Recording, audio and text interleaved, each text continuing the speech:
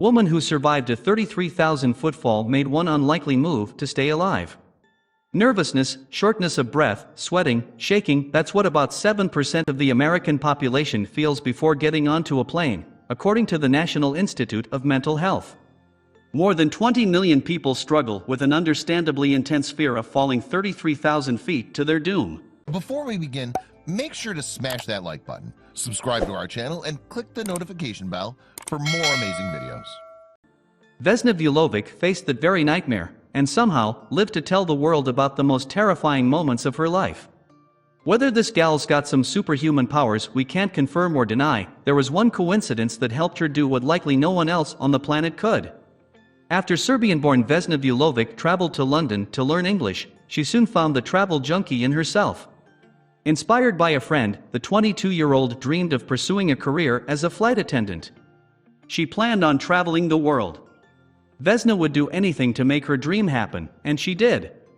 Worried that she wouldn't pass the medical exam due to her low blood pressure, Vesna downed several cups of coffee immediately before the exam to raise her blood pressure.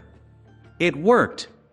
In 1971, Vesna began working for JAT Airways, Serbia's, formerly Yugoslavia's, largest airline. After 8 months as an airborne waitress, she was informed that she'd be joining the team of JAT Flight 367, which flew from Stockholm to Belgrade with a stopover in Copenhagen. Funny enough, the airline confused her with a different woman named Vesna, but she wasn't about to speak up. She saw the opportunity and nabbed it, as she desperately wanted to visit Denmark. If she could see the future, however, she probably would have declined. After a less than exciting trip, Vesna and the crew met Flight 367 at the Copenhagen airport at 1:30 p.m. on January 26, 1972, and patiently waited to board. The plane took off at 3:15 p.m. sharp, changing her life forever. After 46 minutes of smooth sailing, the nightmare began. At 4:01 p.m., an explosion in the baggage compartment, likely a briefcase bomb planted by a Croatian group pursuing independence from Yugoslavia, caused the aircraft to collapse in the air at exactly 33,330 feet high, directly above Srpska Kamenice, Czechoslovakia. Flight 367 and all 28 passengers on board smashed into the ground.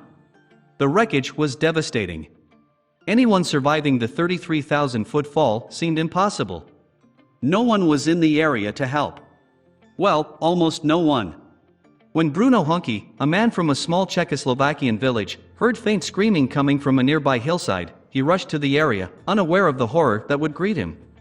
He was shocked to witness the sight of airplane ruins, followed by the sight of Vesna, who was begging for help, in a blood-soaked, teal uniform. Since Bruno was a medic during World War II, he could keep her alive until help arrived at the scene. Medics found her with 2 broken legs, 3 broken vertebrae, a fractured pelvis, broken ribs, and a fractured skull. Vesna beat the Guinness World Record for surviving the highest fall without a parachute. Please, don't attempt to beat her record. Vesna was rushed to a hospital in Prague, where she resided for several days while in a coma. The crash impact was so brutal on Vesna's body, that, aside from said injuries, she also suffered a brain hemorrhage and severe amnesia. For weeks the entire catastrophe was a blur to Vesna, as it took her nearly a month to remember what had happened. She had memories of greeting passengers boarding her flight and memories of her parents visiting her in the hospital. Everything in between those moments was gone. It was a miracle Vesna wasn't paralyzed, let alone dead, and it was even more miraculous that she was walking again just 10 months later. But how? Doctors were shocked. Funny enough, the first thing Vesna asked for once she awoke was a cigarette. Go figure. But overall, she was pretty healthy, as she connected her short recovery period to a childhood diet that included chocolate, spinach, and fish oil. But it had to be about more than that.